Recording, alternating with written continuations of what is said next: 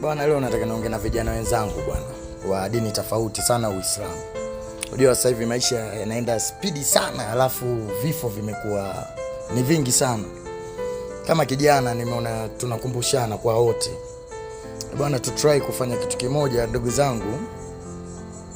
Tufanyeni yote. Tunakula bata, tuna enjoy, tunaishi, tunafanya mambo mengi sana, lakini swala la ibada tukitry kuangalia ni swala la dakika 5 tu kwa ndugu zetu Waislamu kwa pamoja. Ni swala la dakika 5 tu. Hemu to try kufanya kitu kimoja. Kiupande wangu mimi nashukuru Mungu, alhamdulillah.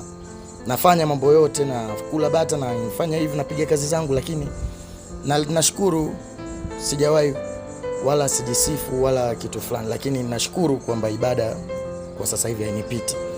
Kwa hiyo ushauri kwa ndugu zangu vijana, wakubwa, wadogo, kifo kinakuja wakati wote, muda wote. Hili la leo ni funzo jamani.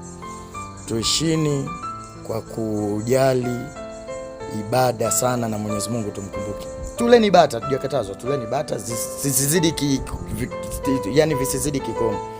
Lakini muda wa ibada unapofika ni dakika 5 tu. Tuache mambo yetu, tuswali. Kwanza mtu unaposwali wewe mwenyewe unaona kabisa mambo yanafunguka bwana, tuswa nafiki.